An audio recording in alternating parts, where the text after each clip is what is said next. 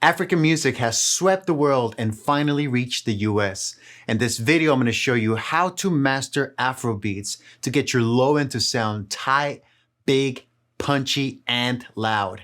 This is Alex Pro Mix. Let's go!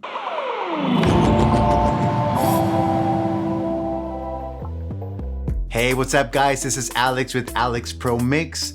You've tuned into my channel. This channel is created for you guys to learn mixing, mastering techniques that you can apply to your own music.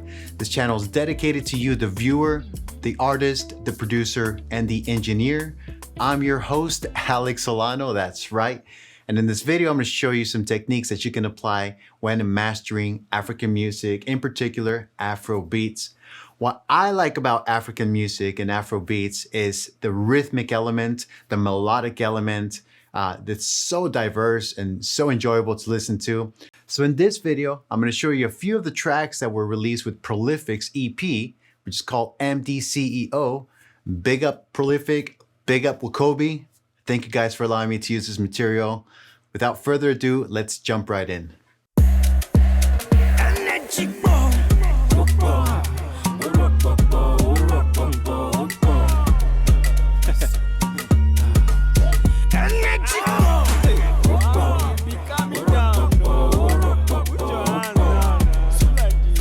All right, so here on Pro Tools, I have my mastering template, and I'll give you guys a walkthrough of the routing. First of all, I have my source track, which is up here on the top. This goes through a mix chain.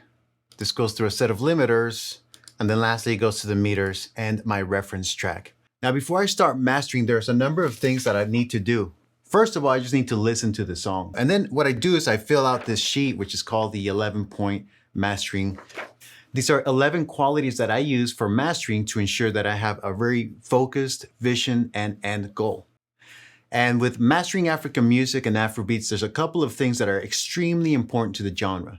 Number one, it's just the clarity on the low and on the bass. I mean, these guys are masters at that. Secondly, is the loudness target.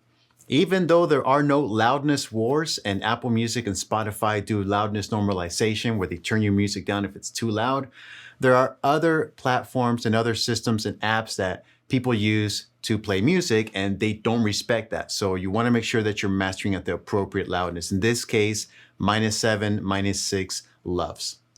Thirdly, it's really the clarity and cleanness of the loud master. So let's keep those three things in mind. I'll play a little bit of the track for you and then we'll compare the before and after. Here we go.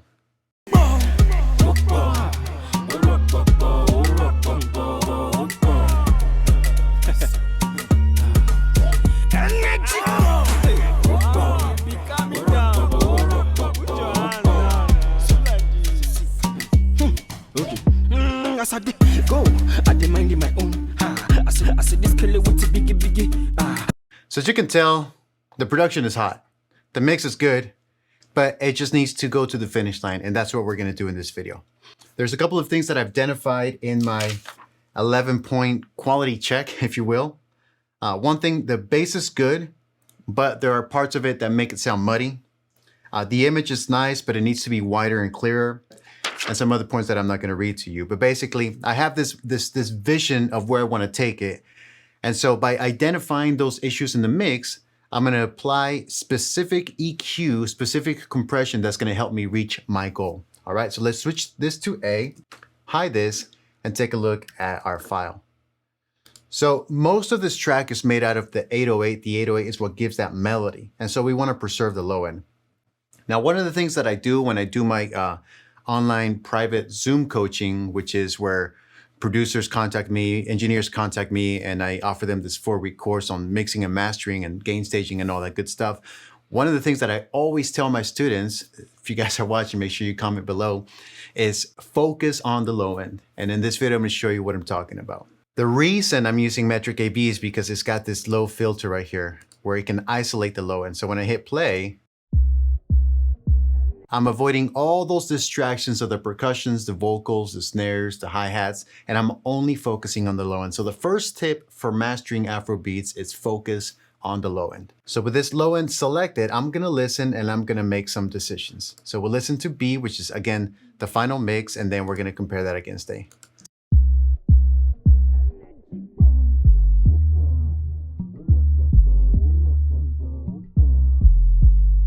All right, cool. So right there where it goes that low note into the 40 hertz, it starts getting distorted. So let's see how we address that. So first of all, the first step into mixing the low end is to push the volume into the limiter and see how much limiting we can get away with without distortion. So for that, I'm using 3 techniques. I'm using a clipper, which you guys have already seen in my videos. I'm using a first limiter. In this case, it's the Wavecell 2. Why? Because everybody uses it. It's got a certain sound and everybody's accustomed to that. And then thirdly, a real transparent limiter, which is my brick wall limiter. So by combining these 3 limiters, let's hear what the low end is doing before and after.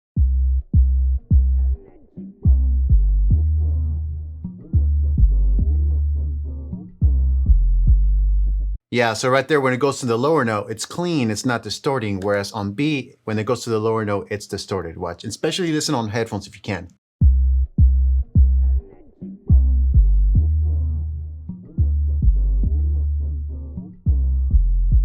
So cool, so that's the first technique, which is basically isolate the low end, push up your limiters as much as possible without distortion, and that's gonna be your max volume.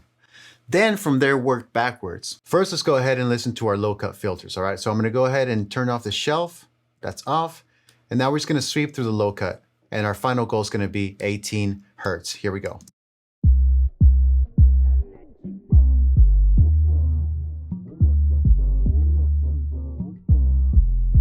So if I go too high of a frequency at 54, I'm totally chopping off those low notes, and I don't want that.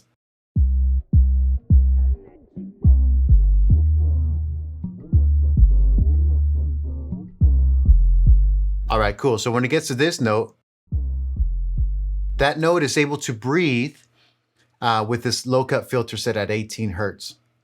And if you guys don't know what I'm talking about, you can also load up an analyzer, a frequency spectrum like this, and just kind of get a visual guide there. Next up, that we removed the sub-low frequencies, we're gonna boost the low end slightly to enhance both the kick definition and the low end.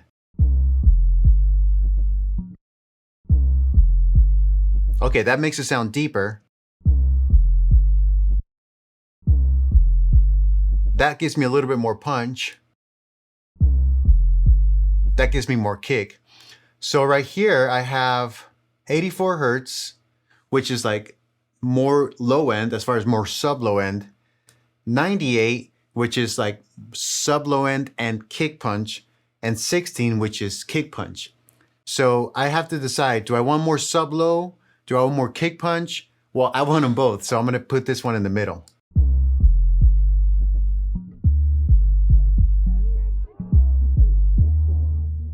Cool, so that's the first step, using low filters, low cut filters, and low shelf boosts at the right setting so that you're removing any unwanted sub lows and you're enhancing the clarity of the lows. Cool, so let's go ahead and put this away and let's go to processor number 2. Processor number 2 is a multi-band limiter, which is gonna be right here. And this is one of my favorites for a number of reasons. For one thing, it's got oversampling. So I have it set to 4x. So I'm getting the best quality without any digital distortion or noise. I mean, I'm going for clarity and cleanness here.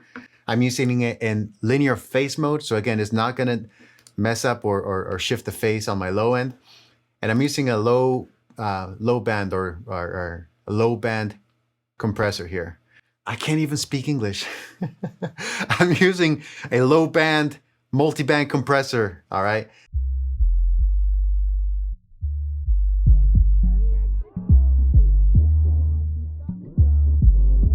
And the goal here is to bring down the bass right after the punch of the kick so that it controls and really keeps that bass intact, because later on, we're gonna be pushing that up.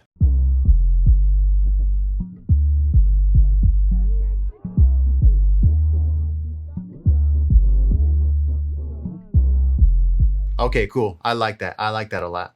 B is before, A is after. Hey, actually that works. B, get it? A, after, okay.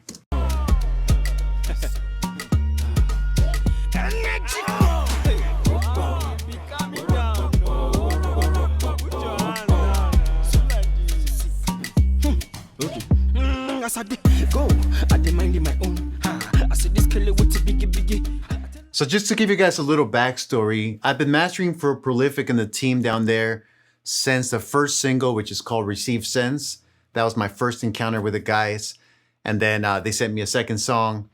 And then by the time they sent me Energy, I was actually moving. I was building my studio. You guys can probably find pictures online on Instagram when I was building the studio. And what was interesting that when I got in here, you know, I put all these sound panels and everything else. I ripped out the carpet, you know, painted the walls, all that good stuff. It was my first time really being able to renovate a space from the ground up. Really exciting. And so when I got here, you know, I was trying to use my old speakers, my old studio monitors, and, you know, they just didn't really fill out the room. When I played music, you know, it sounded small, you know, like the frequencies weren't filling out the space. So I was in a dilemma. You know, I don't want to buy new speakers. I don't want to spend $5 grand or 10 grand on a new set of studio monitors, but I did want a full range speaker set. So long story short, I start doing research online, and because I live in Southern California, everyone is always selling gear, right? I found this guy, Filipino guy, older guy, probably in his 60s, and he was selling a pair of the B&W 801 series, and that's what you guys see here on the stands. And so I've read a lot of stuff about them. They were used in EMI studios. They've been used in mastering houses. So I had this opportunity to pick them up used, and I got a great deal on them. So the day I bring them home, I just put them on the carpet. I put a little desk in the middle. I put my laptop. I start mastering this song right here, Energy. That was my first mastering using these speakers, right? So I send Wakobi, who's the manager, I send him the file, and then just kind of crossing my fingers like, man, I hope I didn't mess it up. He sends me a voicemail back on WhatsApp, and he's like, yo, Alex, don't take this the wrong way, man, but I don't know what you did. It sounds way better than the last master. And I was just like, wow, man, instant gratification, you know, like that totally validated my purchase and my investment. Moving forward, you know, I set up the speakers with the amp and everything else, did all the electrical and all that good stuff. This particular song, when I was mastering, I was so particular about getting that low-end imaging right, okay? So that's a little backstory for you guys. Let's continue on with this tutorial. So what do we got so far? We got a low cut filter. We got a low boost shelf. Again, very, very subtle. We have low end control with a multi-band. And now we're going to continue to move on. Now, the beautiful thing about the Pro Q3, number one, is that you can set it in linear phase, which again is really important for mastering. And you can set this range to 3 dB. So even though this looks like a sharp curve, I mean, this is probably cutting about half a dB. The other thing that I noticed because I was treating the low end so much, that I wanted to restore the warmth and the punchiness of the kick and the body of the vocals, and I was able to do so here. So what I'm going to do right now is I'm going to play the song again, and then just basically solo these frequencies so you guys know what I'm talking about. Here we go.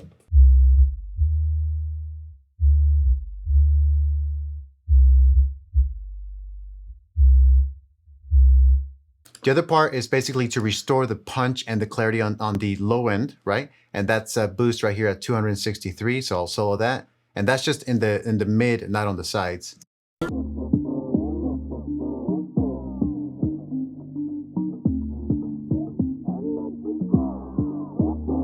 So that's going to restore the knock there. So let's go ahead and play with the EQ, and I'll just bypass this before and after using this button right here.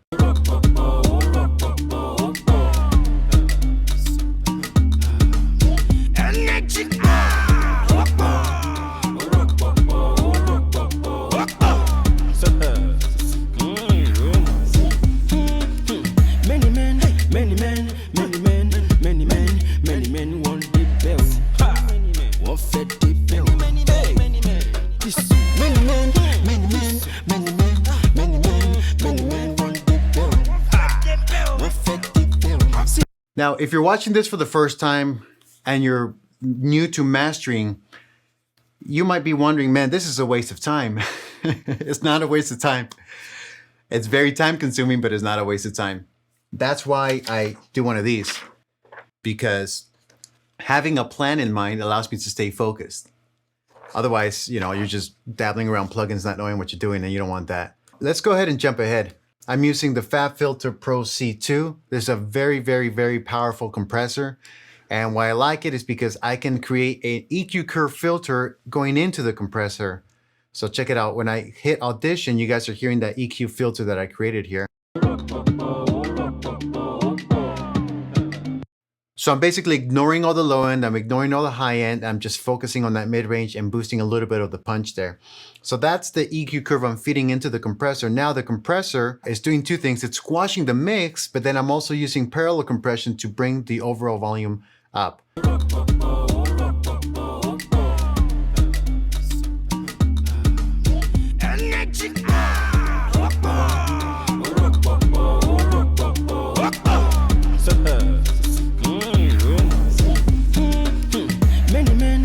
But now let's compare the before and after. So this before.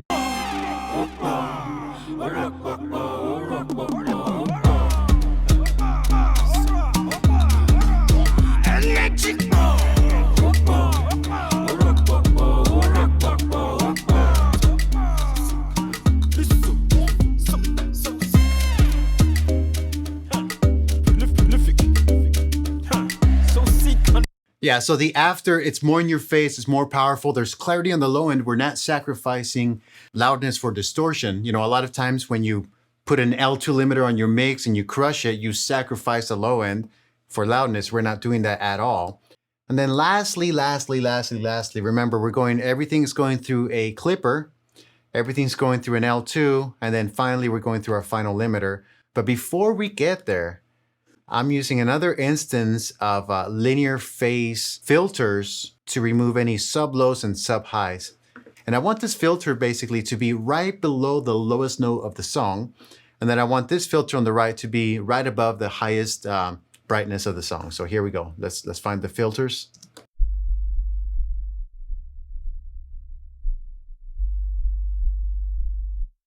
Right there, boom, boom, boom. So again, you probably won't hear that unless you're wearing headphones, and let's check out the high end.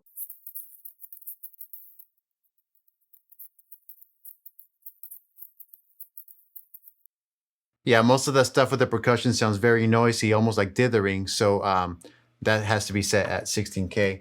So the reason I'm doing that is that I'm cleaning up the sub-lows and sub-highs with these very transparent filters before I feed it into the clipper, into the limiter. And this allows me to push a lot of volume into limiter without any artifacts or distortion. Check it out. Many things.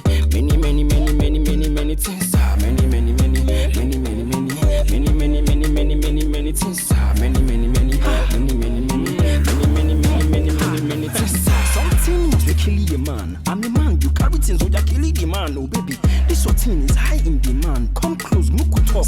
I'm the captain of the big bill. To big bill, no be today. It don't tell. Fire money where they can't kill. They can't kill. We talking money, no be won't kill.